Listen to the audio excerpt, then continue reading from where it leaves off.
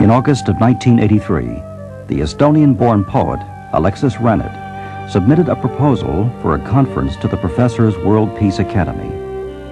The proposal stated, "The Soviet Union is now the last empire, and one does not need to be a prophet to foresee its end in exact accordance with the Soviets' own dogma, that all empires and kingdoms are predestined to fall. We do not know how or when it will happen, whether by interior or exterior forces, yet the likelihood inspires many thoughts of scholarly practicality." PWPA acted on his proposal and decided to make it the theme of its Second International Congress, where the presidents from over 90 national chapters were to attend.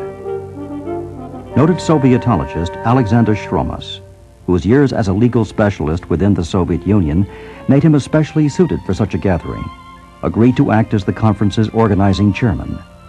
8 months before the conference's commencement, however, Alexis Rannet unexpectedly died from a heart attack. And yet, as his wife Tina and innumerable others were soon to witness, the Second International Congress of PWPA went ahead as scheduled and became in effect an event which crowned Mr. Rannet's life's work, successfully bringing together the most unique gathering of Sovietologists ever to construct scenarios on the future of the Soviet system, a system Mr. Rannet so much wanted to improve.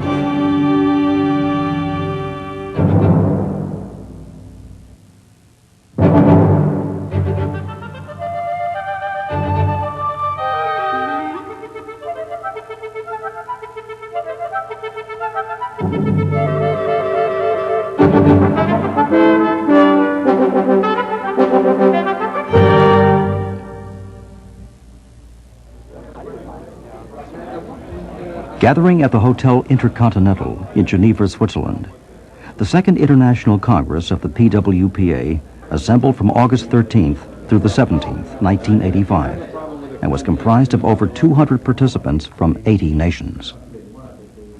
Most people were Sovietologists. A great number of them were, in fact, refugees from the Soviet Union who left because they didn't like the system. They were all scholars, and refugees constitute a greater proportion of scholarship in Soviet studies than in any other field. Communist totalitarian. No organization in America has succeeded so far to collect so many people of importance and with a profound knowledge of Marxism, communism, or not only in the Soviet Union, but all over the world in this very moment. But what exactly is the future of the Soviet Union? Is it about to undergo a series of crises, which it is not ready to face up to? And what will be the global impact of these crises? These are some of the questions the experts brought to Geneva. Hungarian-born historian and author of over 25 books on history and religion, Thomas Molnar. It is in the nature of the system partly to undergo crises, partly to create them. If there is no crisis, then in order to create, according to the laws of dialectics, a new man, a new revolution, a new society, a new economic plan, they need crises. They thrive on crises, which allows, let's say, the highest leadership to eliminate a certain number of people who can then be called guilty of this or that. So to say that the Soviet Union is undergoing a crisis, yes, at all times, no, if by crisis we mean something that can end the Soviet Empire. In order to organize such a vast and diversified amount of information about the USSR, which has rarely allowed the freedom of expression it found in Geneva, the PWPA conference was divided into 12 smaller panels, where the integral aspects of the Soviet system could be studied in detail. From the Soviet economy to Soviet politics and its expansionist policies, to the nature and structure of Soviet society itself, with its cultural trends in art, literature, and dissent. This conference would really concentrate, focus, put into the center those problems which were usually scattered and marginal in all other scholarly endeavors in which we were involved. What will be After escaping a Nazi concentration camp in 1943, where both his parents had died. Alexander Stromas, at the age of 10, was adopted by the Prime Minister of Lithuania and eventually brought to Moscow, where he attended the university. He eventually came to hold a variety of important legal and research posts in Vilnius, Ivanovo, and Moscow, before emigrating to the United Kingdom in 1973. I can tell you about myself. I lived in the Soviet Union for so many years, and I was very anti-Soviet from 1953. Before that, I was also a believer in the system. I think after 56, we didn't really have any more people who would be in any way committed by any genuine reasons to the system. I was anti-Soviet, anti the system, but I tried to criticize that system from a Marxist point of view, because although I rejected the system, I still considered myself to be a Marxist. And every friend of mine, all colleagues, everybody, were mocking me. They said, look at the last Marxist of the Soviet Union. And that was me. I was the last Marxist of the Soviet Union. What I'm trying to say, indeed I was. I haven't met during the last 25 years after 56 anyone in the Soviet Union who would have a slightest commitment to Marxism, communism, socialism. There are simply no such people around, either in Eastern Europe or in the Soviet Union.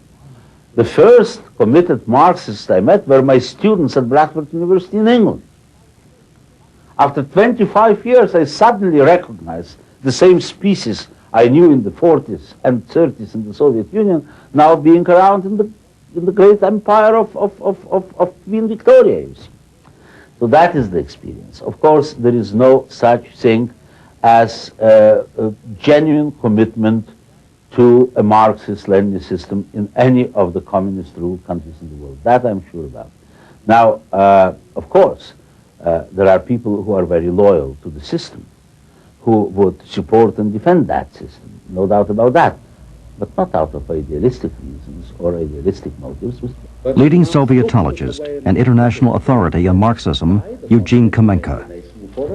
My own view would be that they are neither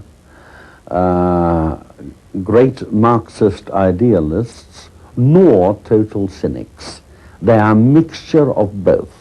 I think most Soviet leaders do believe, along Marxist lines, that there is a fundamental tension in the world between the interests of private property and what they think of as the interests of the people, and that in the end the people will triumph, and that the Soviet Union, as part of the camp that is opposed to private property and its power in society, has history on its side. But the most important aspect is the following. As I told you, the West has established Lenin and the Bolsheviks in power intact. It has sustained them in power. It continues to invest and lose large sums of money in order to sustain the status quo, which is otherwise unviable. And I don't exclude the possibility that although the Soviet system may find itself in a crisis, that the Soviet system may be in the situation of total demise, the West will again come to its rescue and re-establish it again in the saddle. And that is what could prevent the change, you see. So. One conclusion reached by many experts at the conference was that the single greatest factor contributing to the demise of a current Soviet system is the overwhelming power and contradictory presence of a ruling elite, the nomenklatura, a word coined by conference participant Michael Voslensky for the title of his book, which describes Russia's invisible aristocracy. These are people who live very good lives. Their children live very good lives. They go to the best schools. They have stores they can visit and buy things at that the ordinary citizen cannot go into. And it's not even a question of money. No matter how much money the ordinary Soviet citizen has, he can't go into one of those stores. He must be one of the elite to do so. Now, in order to justify this dictatorial power, they have to claim that it is fulfilling a certain very extraordinary task, and that is the task of spreading communism all around the world. Now you see, the problem is, if you don't spread communism, you lose the argument inside your own country that you are really necessary. But they say, look, the whole world is against us. We are a besieged country because we are spreading communism, because we are doing this missionary job. Everybody wants our demise and destruction. So we have to be strong, we have to defend itself. We are living like in a military camp, surrounded by the enemies all over the place. So that's why you need us as strong dictatorial leaders. But this confrontation with the rest of the world is a necessity. It's not genuine in any sense. I mean, that's what the West doesn't understand. There are no national interests dividing, let's say, the United States and the Soviet Union, but the confrontation is necessary between the United States and the Soviet Union for Soviet leaders to claim their seat of power. Now, after 57 years, Dr. R.V. Birks, one of the leading authorities on the Eastern Bloc countries. But I think it's clear that the Soviet centrally planned economy has entered a long period of stagnation. It has entered a long period of stagnation because it is an economy which, in contrast to a market economy, grows primarily by increments to factor inputs. That is to say, each year an additional increment of labor and an additional increment of capital. And only secondarily by improved productivity. Now, their system cannot operate on such a low rate of growth. They have too many competing priorities.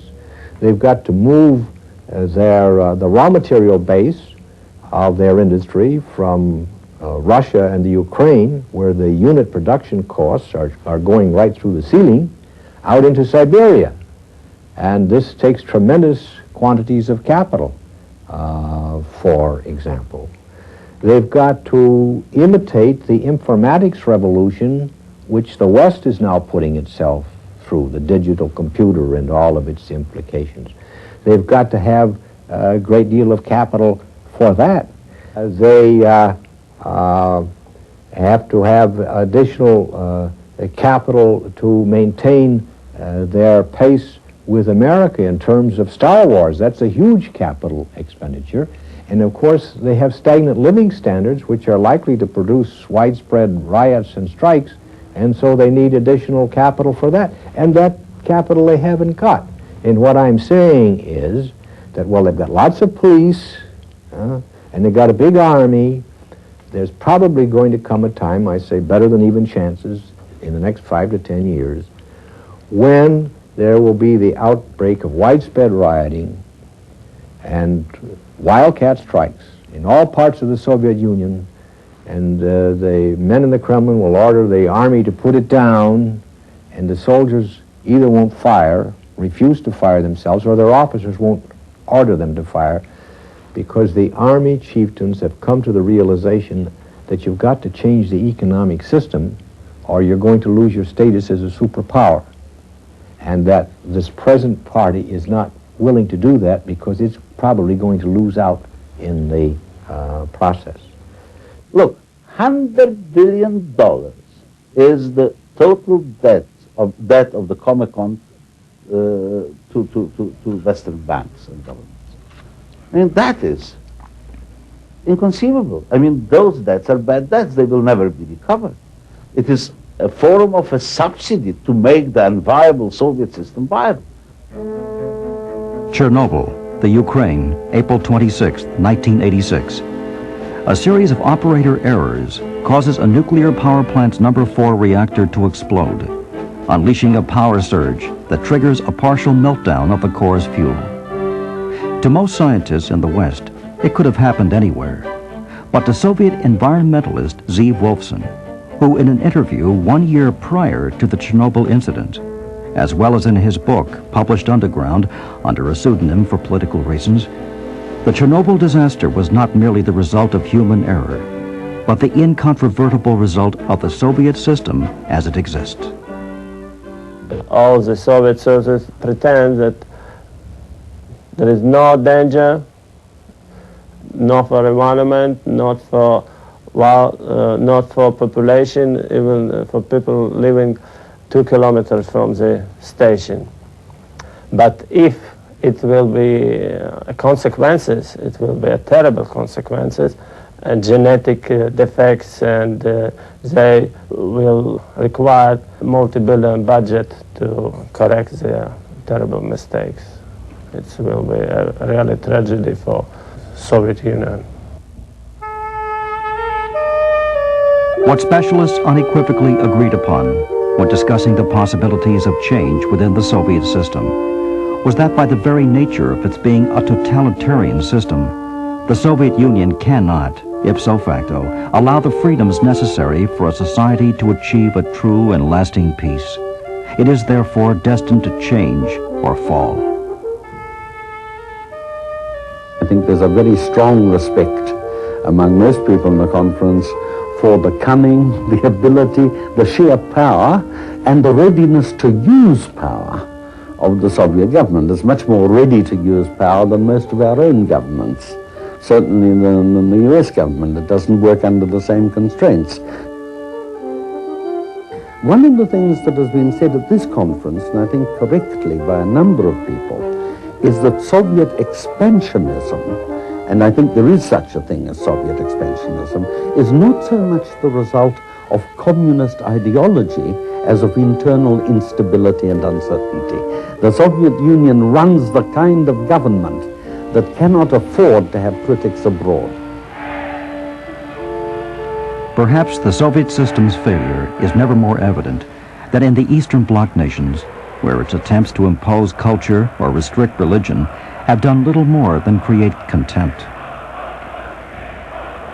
This uprooting of people's national traditions, national history, national identity, that's where communism is totally powerless, and that is where we see the rise of nationalism in the whole Soviet Empire and beyond. And this rise of nationalism is something that communism must accept, because that's without that people could not really live, without a national collective identity. And that is where the great critical point of the Soviet system is. For instance, in Yugoslavia, young people go now to the churches as never before. In the Catholic areas in Croatia, in Slovenia, and in the Orthodox in Serbia. They are going to they are all going to the churches are full. There was in Croatia last year a pilgrimage to a holy place, you see, Bistrica, where there was 500,000 of pilgrims all over Yugoslavia. People went days and days, weeks and weeks, walking to the place. So that one of the communist leaders, Špiljak, said, when we have a communist meeting, we are happy and lucky to have 10,000 people. When the church is calling for a religious meeting, they can have 100,000 people like nothing. With no propaganda, with no all the means that the communists have introduced, how to attract the people. The people are no more attracted.